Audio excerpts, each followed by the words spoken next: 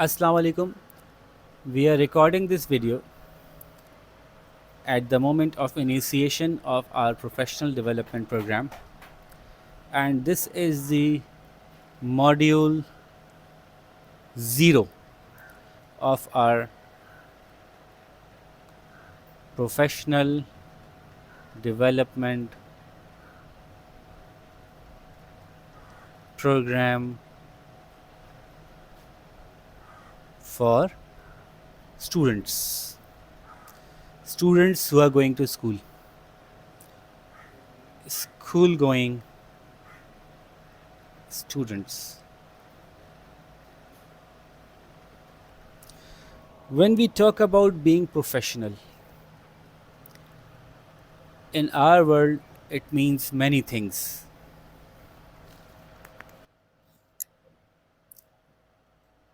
First of all, being professional is all about behaviors.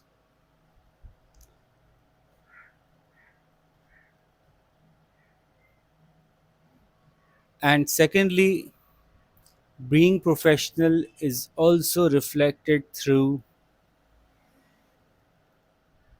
communication. The way you talk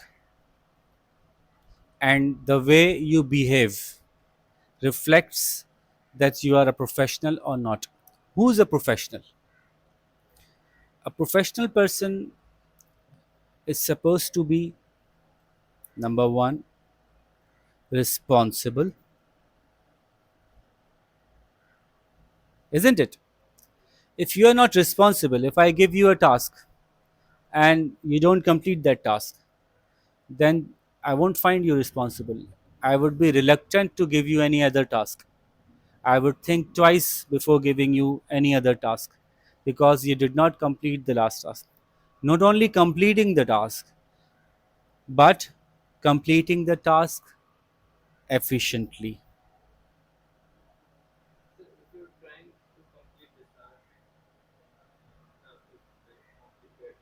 Yeah. Being responsible means that if you are given a task, you take the correct path of completing that task. For example, a task is given to you which you know, which you can perform. You'll perform that task in a given time, efficiently, correctly. But if a task that is assigned to you is difficult for you, you would take a correct path. The correct path would be you would ask your seniors that it seems difficult to me. Would you help me solve this problem? Show me the ways through which I can resolve this. Can you give me a video which I can watch and then I can learn how to do this? For example, I've given you a task of making an Excel sheet where you will be making a sheet for attendance, and I need some formulas to be there, and you don't know what formulas to put there. You can ask your senior either train you for that task or give you some learning material through videos or any other way through which you could learn to do that task. Of course, the responsibility of assigning a task to a junior lies with the manager. If a manager is assigning tasks to you which you cannot perform, number one, or it is very difficult to learn for you, then it's manager's fault. It's manager's responsibility to take you through the learning process. We say there are 7 levels of delegation for a manager, although it's not directly in our sequence of things that we are discussing, but there is a concept called delegation. What is it called? Delegation. Delegation means giving responsibility to your subordinates.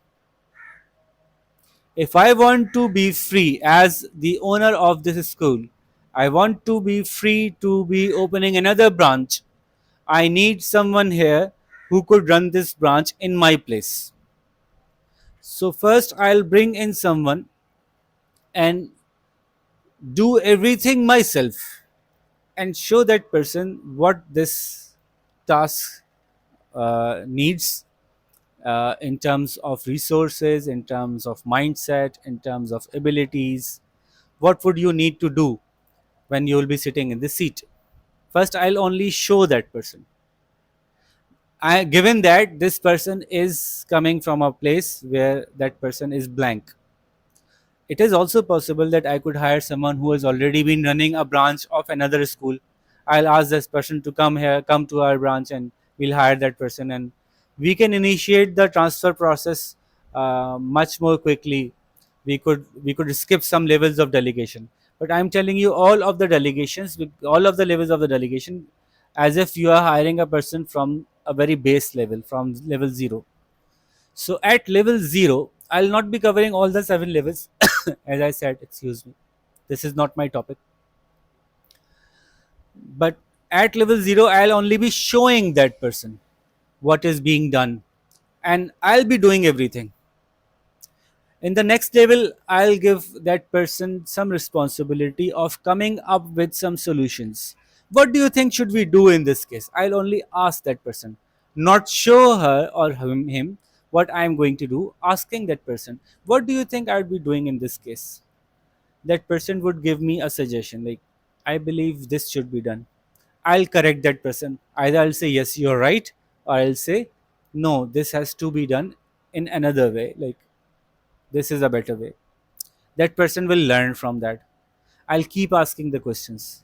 Once I'll start getting positive responses uh, frequently, I'll start gaining trust on that person, that she or he could make the correct decisions in that space which I've given that person. I'll not be asking about the whole job. I'll be asking about a section of the job. Let's look into this section of the job. Give me your opinion, what you would do. And when that person starts giving me the right answers, I'll ask that person, from now on, you decide. You sit in this position, you decide what is to be done. But before signing it, let me have a look at it. The next level is, I'll ask you to decide about the thing, but confirm from me before taking the action. Now I'll look into the work of that person, that this person is pretty much on the path, that person is taking right decisions. Once I have enough trust, I'll say, now you decide yourself and act on it. Just tell me afterwards. Take the decision, act on your decision. Just let me know what you decided. I'll be busy in other things. When I'll come back, I'll ask you, what did you do in that task? That person will say, I did this in that way. I'll say, okay, good. Well done, very good, very good, well done. And so on, I'll start one by one, I'll start giving all the departments of my work to that person in this manner. And in the last, I'll say, do this, decide about this job, do this job, and please don't tell me what you did. Because if I come here and listen to her or him, what he or she did about that job, it still would consume my time, and I'll be busy in another branch. So I'll be totally free when I don't have to come here and ask her that what she did, is it good or bad. Yeah, I will not have to even, I should not have to even look into what the person was doing. I have to assign goals to that person, and I'll ask that person, have you achieved your goals or not? How you achieved your goals, you know what to do. Now you are totally responsible of this branch. And if this, and it is possible, even for me it is possible that I could have taken a wrong decision, and there could have been a loss because of me. Similarly, now that person is equally trained, and that could, most of her or his decisions would be correct, but it is possible that some of the decisions might be wrong. But this person is now on a managerial seat, and this person will take responsibility. Yes, this is my error, I made a mistake here, and it could result in a loss. You cannot train anyone, not even yourself, to a level where you will not be making any mistake. So it's not possible. So my point, coming back, if I am giving you an assignment, and I know that you are not proficient enough to do that assignment, I'll train you, or I'll give you an opportunity, or I'll show you how to do that. So it's manager's job to assign a task to the subordinate in a way that the subordinate could complete that. But the subordinate has to take the responsibility. He has or she has to come on time. He has to deliver the work on time. Sometimes the person is not efficient enough, and manager thinks that this task will require an hour or so, but the subordinate will take 3 or 4 hours to complete the same task. So now the subordinate will have to spend some extra time, because it was because of his inefficiency that the task took so much time. For example, I need something to be done by tomorrow, today's evening. So I gave you some work at 4 o'clock, and I believe that in the morning I'll get that task done. When I'll come back in the morning, I'll see that the task has been completed. Now it's 6 o'clock in the evening, and the task is still not completed. A responsible person will know that if I did not complete this task today, in the morning the work would not start on the next task. So I'll have to sit for extra time to complete that task. We do not recommend people sitting late. We do not recommend that. This is inefficiency. You'll have to work hard to become more efficient. As we say, work hard. Working hard is good, but working smart is better. We'll come to that in some other class. What I was telling you is, being a professional, you will be displaying some behaviors. For example, being responsible, being efficient. Being efficient means completing the tasks in a right time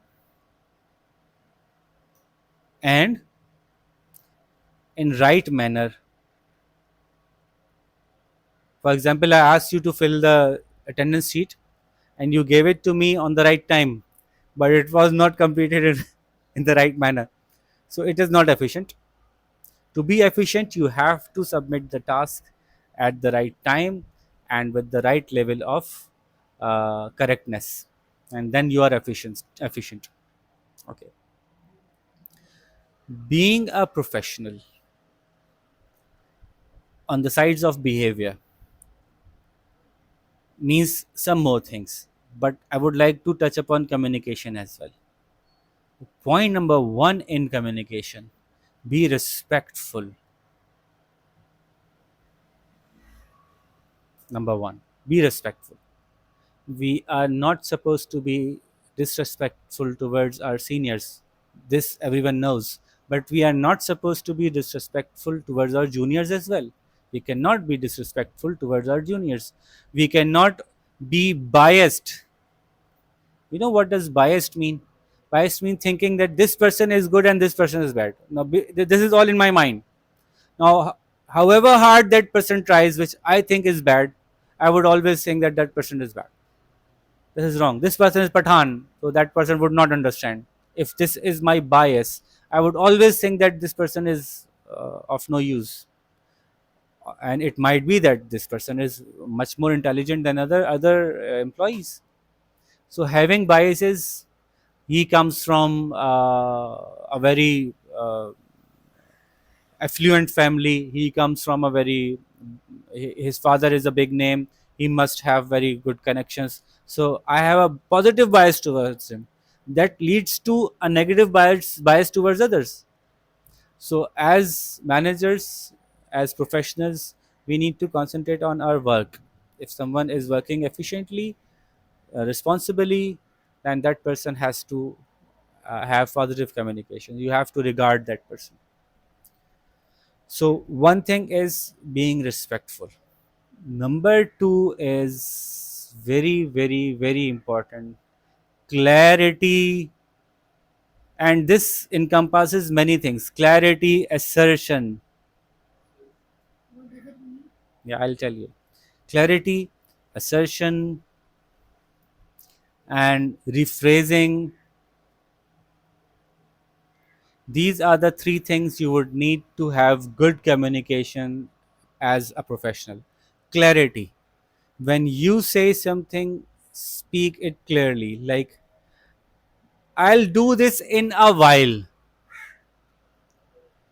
The manager said, please do it quickly. This is not clear. I did it in 5 minutes. And he said, who told you to do it in 5 minutes? I said quickly, doesn't mean you have to do it in 5 minutes. I told you to do it in an hour or so.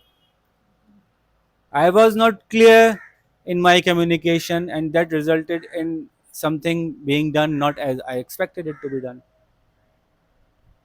So if I give task to anyone, if I am assigned a task or if I reply to a task, in both the cases I have to be clear. So much, very, quick, all these words are not clear. You have to be specific. Specific. If a manager gives you a task, please do this as soon as possible. Ask the person, by what time do you need this document? What is the deadline? This would make it clear. If the manager is not clear, it's your responsibility to make the communication clear. Abbas bhai, from tomorrow, please make the arrangements better. What does better mean? A better starts from 0 till 100. What better? How much better? So you have to ask specifically. Could you specifically, dear sir or madam, could you specifically point out what steps do you prefer to be taken in order to make it better? Please, you gave us a demo today. You need to improve. What areas are there to be improved? In what area do you need me to improve? How much do you want me to improve? If you are professional, your communication would be clear. If your communication is not clear, you are not acting professionally.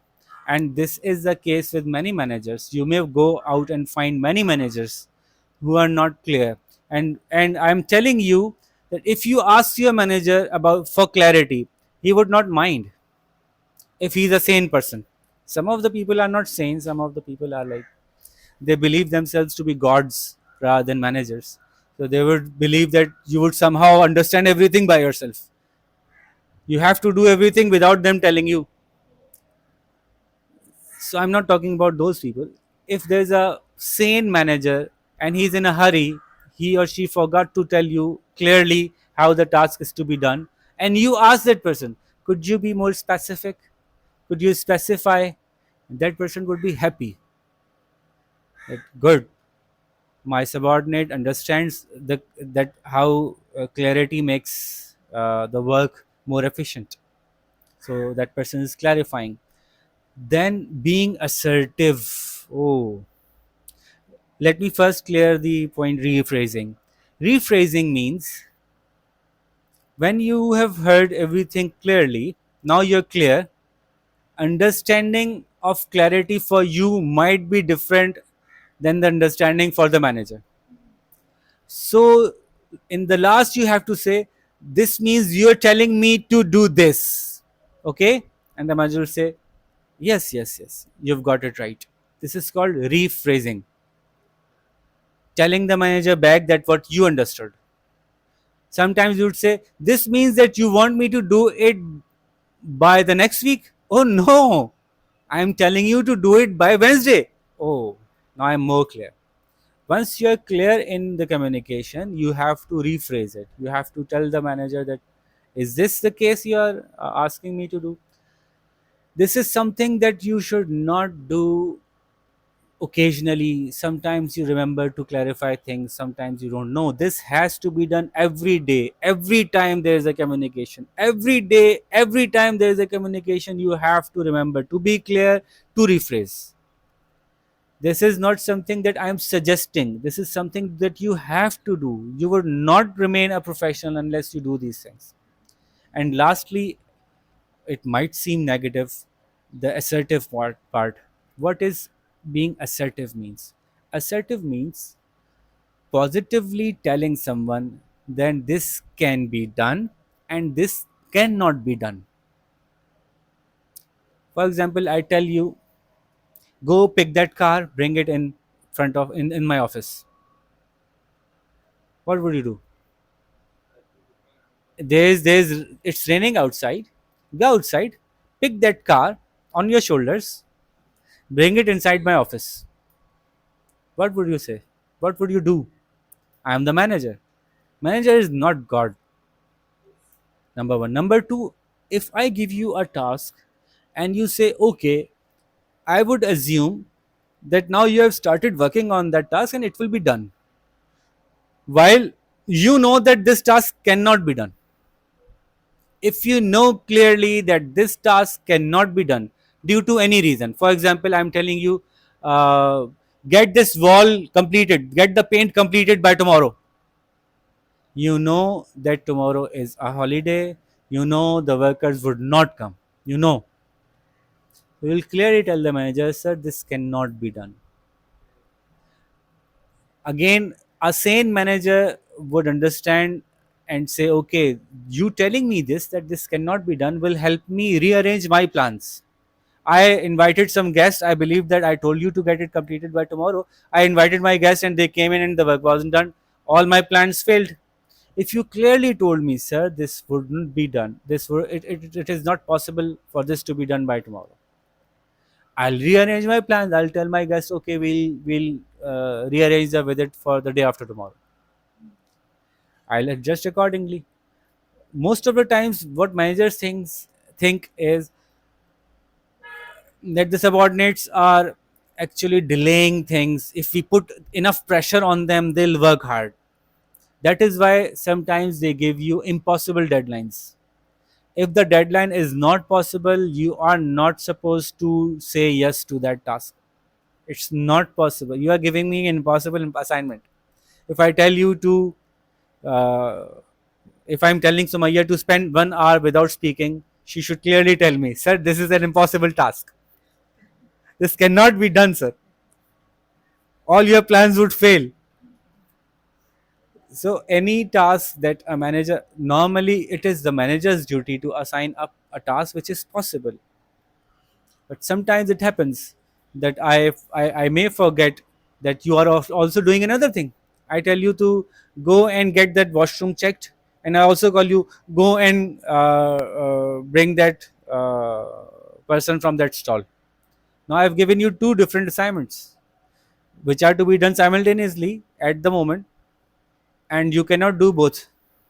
What you'll do is, you'll tell me politely, this has to be polite, this should not be, sir, are you out of your mind? How can I be in two places at the moment? So telling your manager that this can not be done in a positive way, and also telling that person the reason behind that. It is possible that the manager would know how to resolve that issue. I tell you that, go to, I need two things. I need a computer and I need a rug. Bring buy those two things for my office. You'd say, sir, I believe it is not possible, because for computers I'll have to go to Sadar, for carpets I'll have to go to Sarai Faisal. It is possible that I might tell you, no, you won't have to go to Sharif Faisal for the rug. There is a shop for rugs on the Amazina Road as well.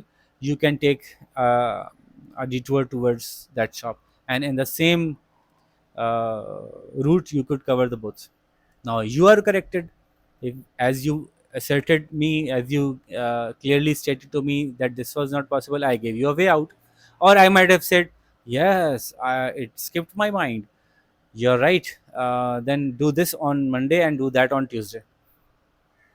Being assertive means saying no when the task which is being given to you is unreasonable, but saying no very politely, very positively, without being aggressive. Saying no with reasons, that these are the reasons, that is why. But if you don't say no, and you cannot say no, then you cannot live your life, then you cannot be efficient. I'd give you 15 tasks and you'll say yes to the 16th one as well. Bas, do this, okay sir. Bas, do this, sir. Okay sir. Bas, do this, okay. Now I've forgotten that I've given you so many tasks before. I give you another task and you say, okay sir. Now my work would suffer. It is my work that you are doing. So if you'd not be able to do that, it's my problem. So I should know that I've already given you enough tasks. It's not possible for you to do that. So there are many ways to assert. You could say, so can we schedule this task on another day because I'm already full on my schedule. So, oh, are you full? Yes, already gave me 15 tasks. Okay, okay. Now keep it on another day. Abbas Bhai has asked that if a manager is a very angry type of a person who doesn't listen to no, this is the point why we are doing this course. We want the youth to experience professionalism before they actually go into the professional world. What happens normally is a boy enters the professional market at the age of 25, where he has to get married, support the marriage of his sisters, be the bread earner for the family. And now, when he is doing a job and he knows that the manager is unreasonable, that person could not refuse. And this is the toxic environment that we live in. We cannot refuse because we know if we refuse, we'll be let out of that job. And how would we complete all those assignments at home that require money? But when you enter the professional market young and you face someone who's very unreasonable, you don't have to cater that person. You are not their slave. There's a contract that you are fulfilling. The contract describes that this is the task that you have to do and this is the manner that you will have to perform the task. Impossible tasks cannot be done. You have to tell them that, sir, this is not possible. Now it's up to you if you want to keep me or you want to let me go, but this isn't possible. I'm not saying that you become so soft that whenever a manager becomes angry you just don't go the next day. I'm not saying that this is the right way. What I'm saying is be assertive. If a manager is angry, don't worry, be assertive. If that assertion makes you creates a situation where you have to leave the job, then leave the job. Don't leave the job before asserting. You know what happens? There are many people who look or seem angry, but when you tell them that this is not the right way, this is the right way, they sometimes change their mind about you and they start listening to you and they start uh, giving you more respect. So you have to try once. You'll have to tell them that, sir, I believe logically this is not possible. Either you give me a solution or let us reassign the task for another time or use more resources. So being very good at communication and having good behaviors is the key to being professional. Is dress up important for being professional? It comes under behavior. Dressing. How do you dress?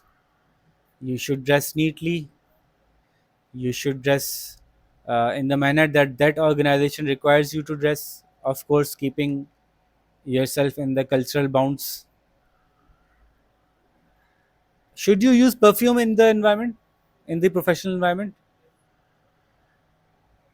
Using perfume so that your bad smell could not be smelled by others is okay. Using a perfume that could be smelled by others and they would say, oh, what a perfume, this is not professional.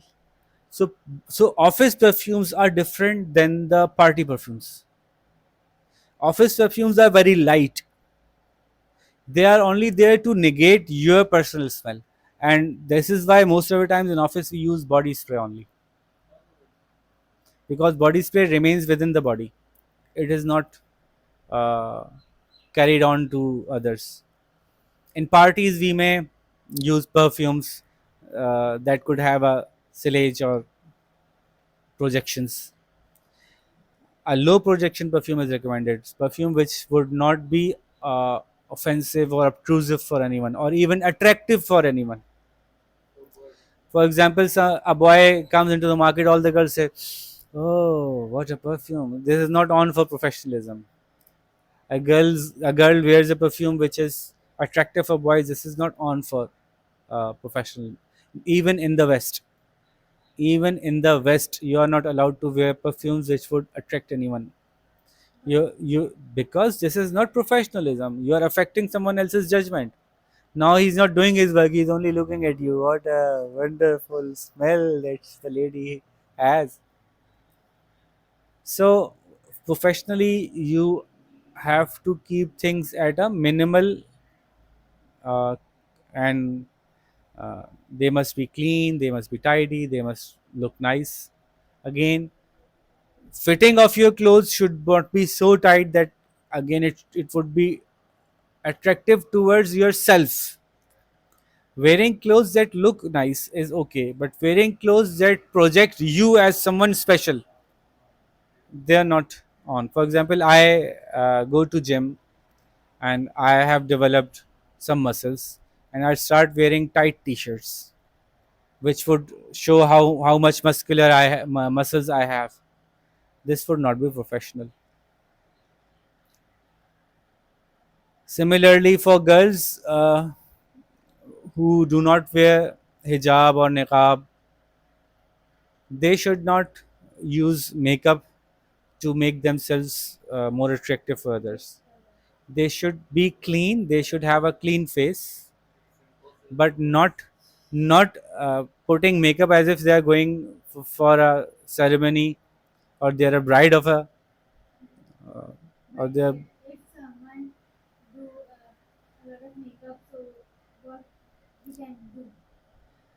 First of all, in the professional contracts, it is clearly written that you should dress modestly.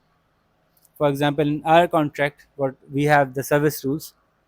In our service rules, it is clearly written that a person should dress modestly, and this covers all that. Yeah, when we say dress modestly, it means that you should not wear lots of makeup. You should not wear very party-like clothes. So dressing modestly covers all that. Okay, so dressing is important, and anything in it covers in dressing. And in behaviors, another important behavior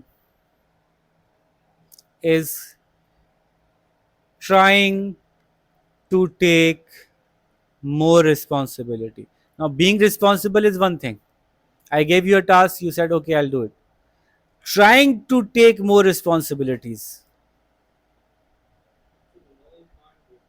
For example, you'd say, uh, my boss gave me two tasks. I've completed those two tasks in 2 hours. Now I have 7 hours remaining. I'll sit those 7 hours in the office. I'll just I'll just browse the internet. I'll play some games. If you are professional, if I've hired you, I would expect that if you have completed the task within the time, you would come to me and say, sir, you could assign me anything else. I'm done. I've completed. This would make you more professional. This would mean you want to, this would reflect you want to learn more. And this would mean you would want to grow. So I've been doing this assignment of data entry. I would like to learn how to put formulas in the Excel sheet. This would make my work easier as well as it would save time. So would you teach me? I didn't give you that assignment, but when you asked me, I said, okay, this means you want to grow. This means you are more responsible than I believed. Then I'd start giving you more work. Initially, it would seem that you'd be doing more than the other person who's not asking for the work. But the person who does more will eventually be promoted. Again, I'm not asking you to take up so much work which you couldn't do in a given day. I am not asking you to become a slave. For example, to get promotion, you go to your boss and take so much work that you have to complete that by 12 midnight, and then you come again in the morning. So this is not what I'm recommending. What I'm recommending is that in the given time, you still have some time left. Use that time positively. Ask your manager that I have some time left. Would you give me some other assignment? who it might be possible that the boss would say, there's no assignment for the moment. Don't be discouraged. Next time, go again. It might be that the boss is busy and he or she cannot think of an assignment or area where they would like to train you. But if you go again and again, like not on the same day, like again in the next day and then again on the next day, they would think, yes, we might think of something else for them to work on. Enrich your job or enlarge your job. An employee who wants to do more is never a pain in the head. Okay, let's change the crude phrase and make it a pain in the head.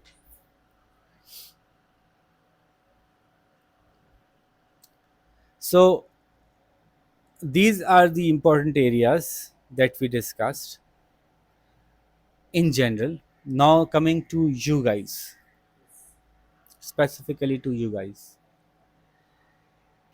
when you are going to work in this professional development program, what we'll be doing is we'll be taking you through some basic coursework like this.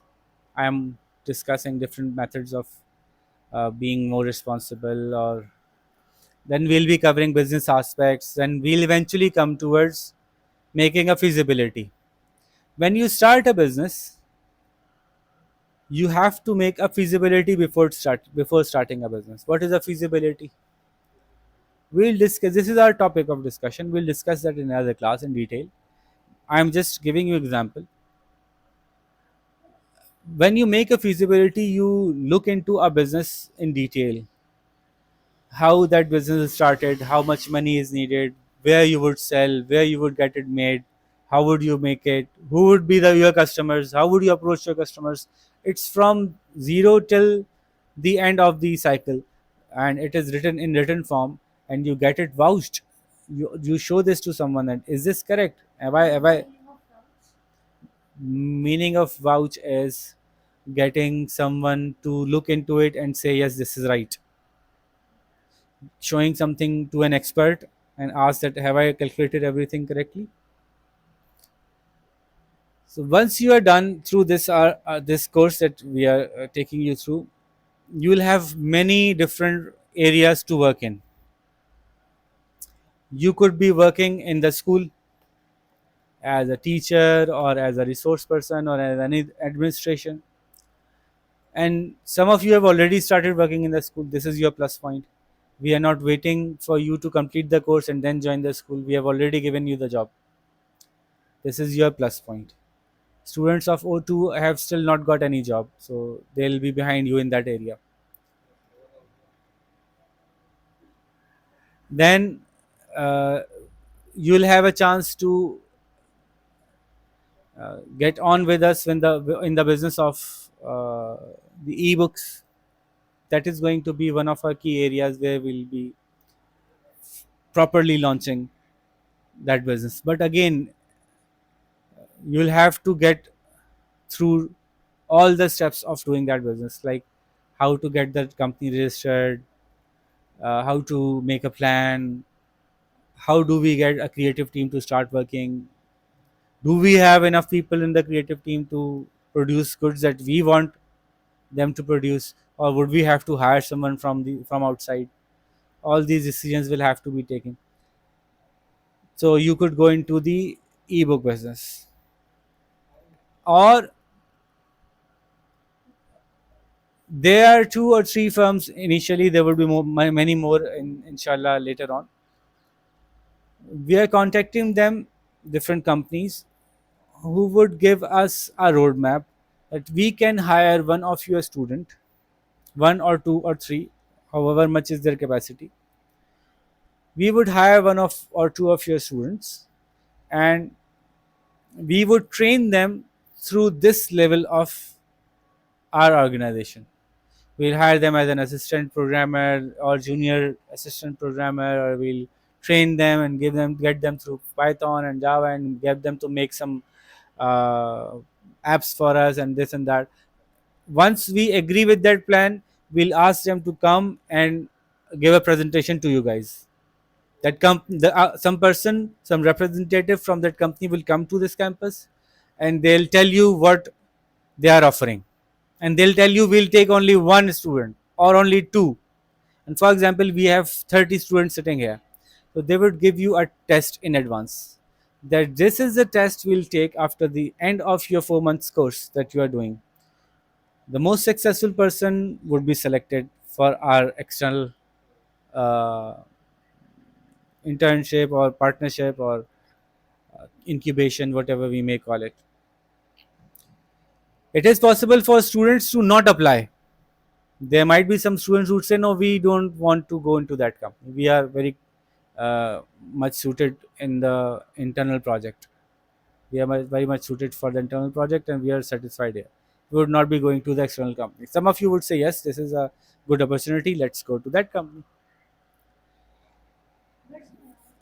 Similarly, there could be a company who would be asking you to join their company and think of an idea and make a feasibility of that idea, because you have already studied how to make feasibilities. Make a feasibility of that idea, go to someone to fetch some investment, bring that investment, get that product made, and be a partner. You would say, why would I need that company if the feasibility was made by me, if I approached the investor, if I brought in the investment, if I am the one who's doing all the work, why would I need that company? Because the investor would not listen to you. As a student, you are nobody. When that company would send you, they would say, this is our representative. We are standing behind that. We have checked this feasibility. It's workable. So that would help you access many people who you do not know otherwise. They would send you to people who they know, and they know they are willing to participate in this activity of student development. Now, I'm also pitching that to many other philanthropists. Philanthropists are people who are willing to give money for a good cause. I'm also going to pitch this project to them, and there might be some people who would be willing to give you a million rupees, maybe 2 million rupees for your project. If you get that project approved, you might get their investment without them partnering your business. You will be the complete in charge or owner of your business, other than the partnership of the organization you are joined with.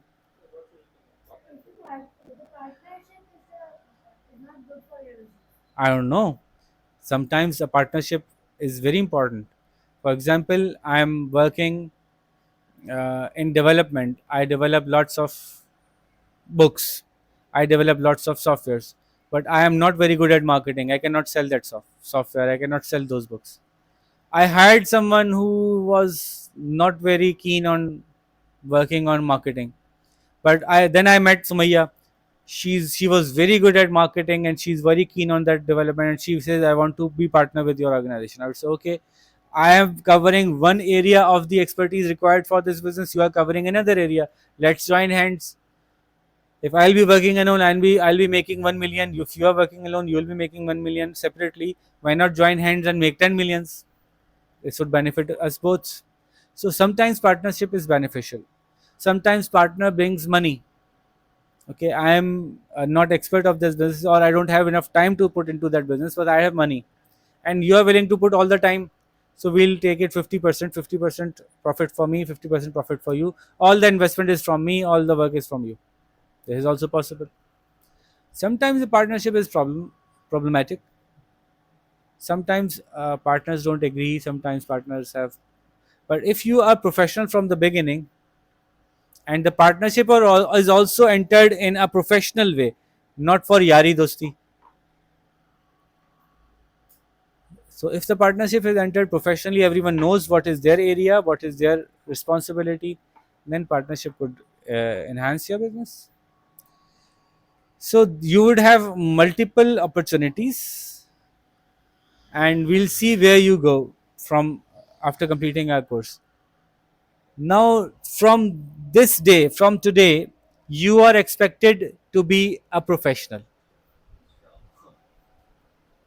Right from this moment, you are expected to be professional. This means you are expected to come time every time. If there is a problem that is stopping you from coming on time, you have to inform your boss that there is a problem. I'll have to. I'll be delayed. Or if you are asking for a leave, ask for a leave, not tell that I'm not coming. There are two types of leaves. One leave is that which you plan, that you are going to Hyderabad or you are going to a place where for recreation and you would not be there for 2 or 3 days. That must be planned at least a month in advance, so that I could assign those responsibility to someone else that you are doing. But there are sick leaves as well. You are sick, you cannot come. So it's better that you tell in the morning that, and if you know in the night that I'll not be able to join tomorrow, then it's your responsibility to tell as much in advance as possible. And you are not professional. Your communication is not good. You are not showing that you are responsible. You believe that the work would be done without you. Then why are you there? If Abbas bhai is doing something, if he's not there, the work wouldn't be done. If he knows that, then how is he not telling me beforehand that I'll not be coming, that work wouldn't be done? Sir, I opened the door of the school. If I'll not be there, the door would be closed. So I'm calling you in advance. Please send someone else to open the door. Now, this is a responsible behavior. If Abbas bhai knows if I go there or I don't go there, the door will be opened. Then actually, he's very near to termination. He's not needed in my organization, because when he's not there, I don't mind. So a person who's professionally well placed will be missed if he's not there, and if he's missed, then it's his responsibility to tell in advance that I'll not be there. Please arrange. Okay. So this is one area that we'll keep talking about. I want you guys to develop your spoken English skills. Arba, work on it. We'll have some communication sessions that we'll not record. They'll be just general communication sessions. We'll talk about any subject, about any story, about anything that we did. And you'll also need to enhance your computer and IT skills and your searching skills, your ability to get the job done through computer. That needs to be much more enhanced than it is now. You have to learn how to search properly for things that you need. For example, the other day there was a teacher who was trying to put a picture in a worksheet that she was making. The picture was that of a insect that was sitting on a log, on a piece of wood. When she brought the picture of the insect, the picture had all the white background behind that picture. When she tried to put that insect on the log behind that insect vanished. So it seemed like it's unnatural, unrealistic. You have taken two pictures and placed them one upon another. It didn't seem like a spider was sitting on a log. No, it didn't seem like that. I told that teacher to search for PNG pictures. PNG. There's a type of pictures who don't have a background. You would pick only the insect, there would be no background, and it would sit right on top of the log, and the log would be visible from behind the insect. Then the teacher said, how can I search for a PNG picture? Sumaya says that searching for PNG images is very easy. How? Why did the teacher said, how can I search for PNG? The teacher typed spider space PNG, searched, and went to the Google images. Any image that she would copy was not PNG. Everyone knows in the image world that people would search for PNG images. So they would write PNG beside their images, although they are not PNG. See, he is asking if the image is PNG or not. How would I know? This is what the teacher said. Then I showed her an option of advanced search where you would define file type as PNG. and that way the search engine would only bring files that have an extension of .png. This way you will not be fooled. 90% of the images that would come would be png. 10% would still be not png, because people on the internet are very smart. They know how to fool others, so they somehow manage to write png in the extension, but still the image is not png. It has some background. So searching, for example, I'm asking you to find a PDF book for me. How would you do that? You need to know where to search from. You need to know what kind of results are dubious, not good. If I click on this, I would be taken to a website which would have virus. You have to have this experience. Which websites to access, which websites not to access. Although in the images it seems there is a very good image in this website, but you should not click on that website. This file is there in that website. I should open this file, but that's a clickbait. And when you open that file, there's a virus inside. So you know what are the trusted sources on internet where you can get things that are not virus infected. What are the sources which are infecting your computers? Initially people used to make virus and send it to others computers. The computer would crash and they would smile, but later on they would say, no, this is just a limited fun.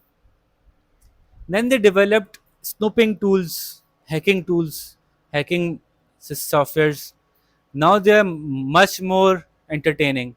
For example, I would make you click on a file which would give me your camera or mic. Now I control your camera and mic all the times, whatever you're doing. And you know what people do with their phones and their laptops, especially their phones. Where do they take their phones? Wherever they are going. All around the world, people take their phones wherever they are going, even to the washroom. So having an access to the camera of any person's mobile is very entertaining for them. So rather than these days, rather than giving a virus through that file, it seems better for them to send uh, software that would control your mobile or your laptop or your desktop. Or even sometimes they would send bots that are there in your computer not doing anything, but whenever they send a command to that bot would do something. That bot would send a message to someone else. It would seem that your computer is sending a message, although you're not sending that message. Spams are sent through those bots. So learning about internet safety and reliability.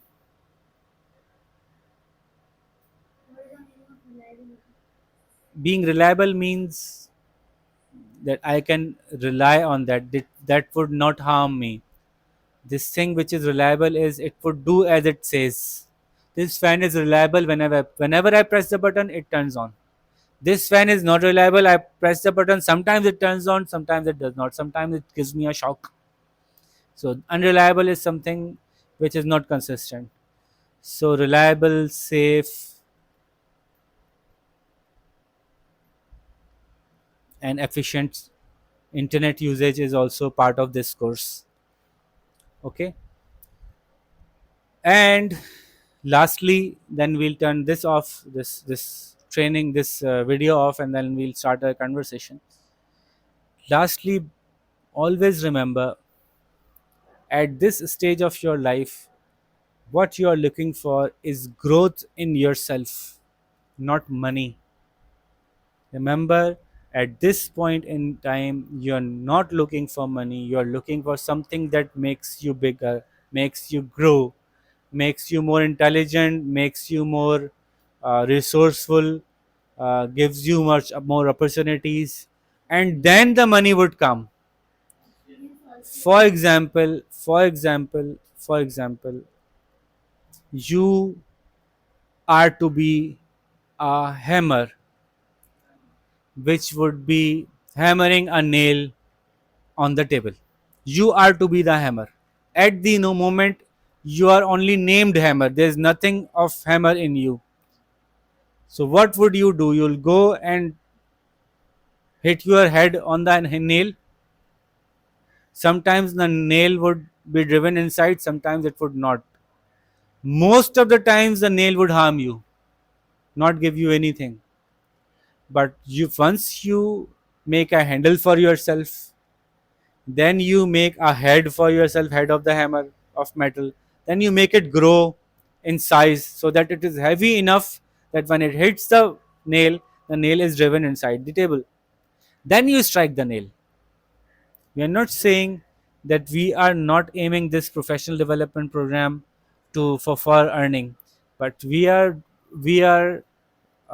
poised. We are directing this professional development program to first of all make you able to handle those situations. We are not here to gamble. We are not training you to gamble. Try this, it might work or not. Try this, it might work or not. We are trying to get you through things which are very trusted, tried and tested, and we know this works. So if you grow into a much more knowledgeable person, if you have hands on experience about the work that you are about to do in a few years, you decide that in 2 years I'll be making ebooks, in 2 years I'll be making perfumes, in 2 years I'll be selling on Amazon, in 2 years I'll be doing this or that, whatever.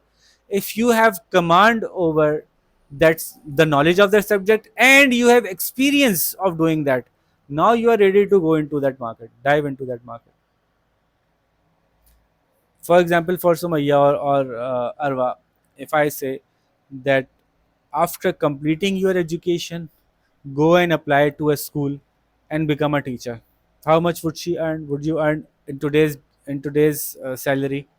You would be earning 15,000, 10,000. If I ask you to only study, don't be attached with our program, only study and then complete your studies and then go and teach at some school, you will be getting 15,000, 20. Most of the times you will be rejected. They'll ask you, do you have an experience? No, I'm educated. Education doesn't count when it comes to delivery. They would say, no, we'll pay you very less because you're not experienced. We need the job done. You don't know how to get the job done. You have only read the books. You have never tried doing the job. So on the other hand, if you get through this training of teaching and get over this professional development program and use this professional development program in your teaching skills, and parallelly you also get the degree, then when you go to institute, then when you go to uh, an educational institute and ask for a job, they'll know that you are a person of substance. They would know you have something in you. They would offer you much much more than they would offer someone who has. We don't have any less education we have, but we have a experience like so. If this is the case, education is the key that opens the door in most of the jobs. Then all your dreams are fulfilled through experience. Education only opens the door. Then where you go in, where would you sit, how much would you earn, that all depends upon your experiences, your professionalism, the way you behave, the way you perform. Education is only there for opening of the door, but there are lots of organizations where the door would not open because of education. Although you are much more competent, you know lots of things, but there are some industries where education is not even a key. It isn't relevant anymore. For example, in the market of IT softwares, education is not necessary. It covers in the IT market, e-commerce, development, designing. If you know the work, you're the boss. If we don't in the IT field we don't have any education, so It doesn't matter. If you can get the job done, you are good enough. In the IT field, they'll give you an assignment. If you could do that assignment, you are hired. If you could talk or not, it doesn't matter. If you know good English or not, doesn't matter. If you have a degree or not, doesn't matter. If you could do this job, you are in IT. uh, the ability to perform that job has taken precedence over every other thing. Yes, behavior counts. If you are rude, if you are ill tempered, if you are bad mannered, then you will not be hired. But your education is not as much required these days. Okay, then this is a plus point. You are educated as well as you have experience, it's a plus point. So I'm not saying that we are not going to get into education. I'm saying is that education should be supplemented with the experiences. So let's close this here. In the next video we'll be covering our second class. This is how we are building the course. So until next time, may God bless you. Allah Hafiz.